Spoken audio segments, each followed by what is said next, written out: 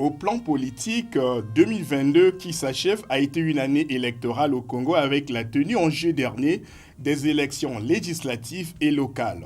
En effet, dans le cadre des préparatifs de ce double scrutin, le gouvernement a convoqué une concertation politique du 3 au 5 mars 2022 à Ouando dans le département de la Cuvette, à l'issue de laquelle plusieurs recommandations allant dans le sens des élections libres et transparentes ont été adoptées. Au nombre de celles-ci, la révision extraordinaire des listes électorales, une opération effectuée du 4 au 30 avril conformément à l'arrêté pris par le ministre Guy-Georges Mbaka en charge des élections. Après ces actes préparatoires qui ont balisé la voie à la suite du processus, le premier tour du vote s'est déroulé le 4 juillet pour la force publique et le 10 juillet pour le reste de la population. À l'instar de ses compatriotes qui se sont rendus aux urnes, le président de la République, Denis Sassou Nguesso, a lui aussi fait le déplacement du siège de l'arrondissement 5 Ouindé pour accomplir son devoir civique.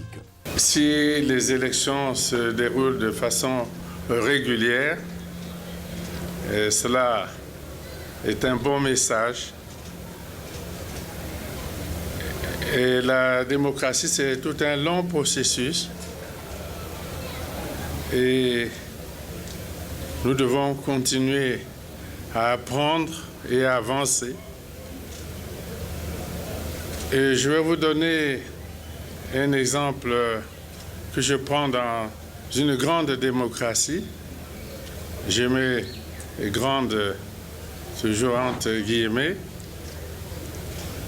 La Révolution française a triomphé en 1789. Et le processus démocratique a été lancé en 1789. Et les femmes en France n'ont pu voter qu'en 1945, après la Deuxième Guerre mondiale. Vous pouvez compter le nombre d'années. Et le processus était pourtant en marche dans ce pays. Donc je pense que nous sommes sur la bonne voie. Et je pense qu'un parti politique qui s'exclut du débat démocratique, que lui reste-t-il à faire? Et c'est la seule question que je pose. Mais pour le reste, je pense que le processus est en marche. J'ai suivi le débat démocratique dans le pays. Et cette campagne électorale s'est déroulée dans la paix. Il n'y a pas eu d'incident majeur dans aucun département du pays. Donc les élections se déroulent dans la paix. Voyez le scrutin, voyez le peuple. Le peuple dont vous parlez, le voici. Et il vit en paix, il vote en paix. Et pour moi, c'est un bon signe. Au terme du second tour de ces élections organisées les 26 et 31 juillet, la Cour constitutionnelle a validé les résultats définitifs après examen des recours. Ainsi, le Parti congolais du travail a remporté 111 sièges sur les 151 que compte l'Assemblée nationale. Quant aux formations d'opposition, l'Union des démocrates humanistes IDH-UKI a obtenu 7 députés, soit le même nombre d'élus que l'Union panafricaine pour la démocratie sociale UPADS. La rentrée parlementaire de la 15e législature a eu lieu le 16 août 2022, au lendemain de la célébration du 62e anniversaire de l'indépendance du Congo, un autre événement politique qui a marqué l'année 2022.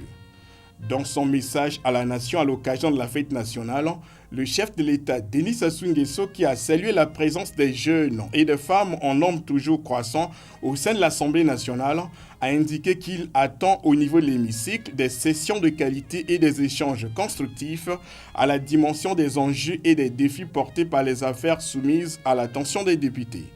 S'agissant des festivités du 15 août, C'est sous le thème « Une démocratie apaisée, un peuple au travail, un pays stable en marche vers le développement » que les Congolais ont célébré dans la joie la fête de l'indépendance, marquée par un défilé essentiellement militaire placé sous le patronage du président de la République, Denis Sassou Nguesso.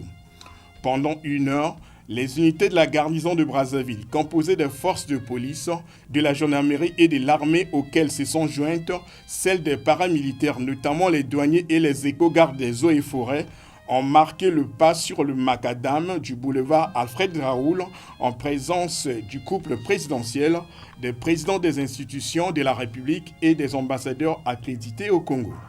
Le passage des motos de la DGSP et celle de la gendarmerie nationale, suivi des véhicules des forces armées congolaises, a constitué la partie motorisée de ce défilé qui a pris fin dans une ambiance festive.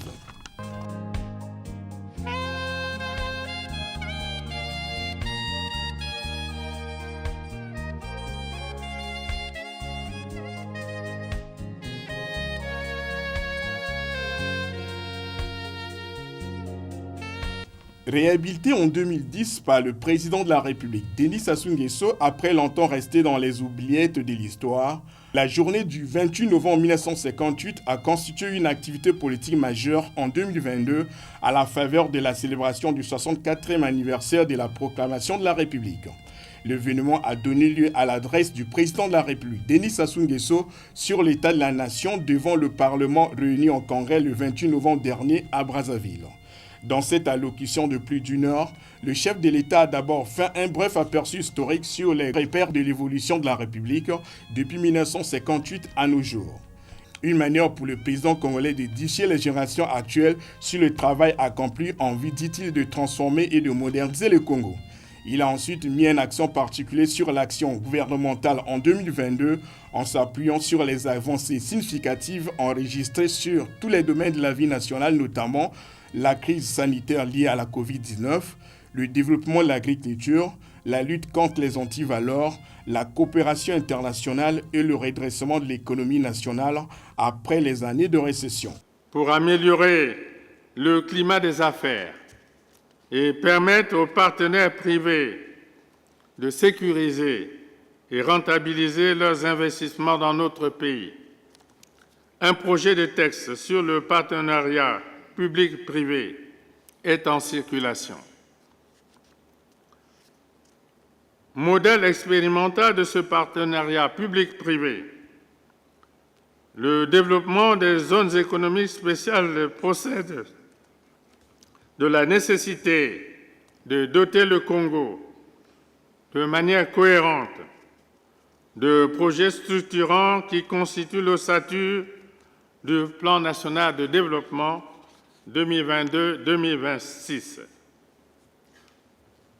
Le démarrage imminent des travaux de développement des zones économiques spéciales de Pointe-Noire, d'Oyo-Lombo et Ouesso projette, avec raison, des performances encourageantes dans l'agroforesterie, l'agriculture avec la culture du café, du cacao et du palmier à huile, les industries pétrolières et chimiques, la transformation du bois et des minéraux.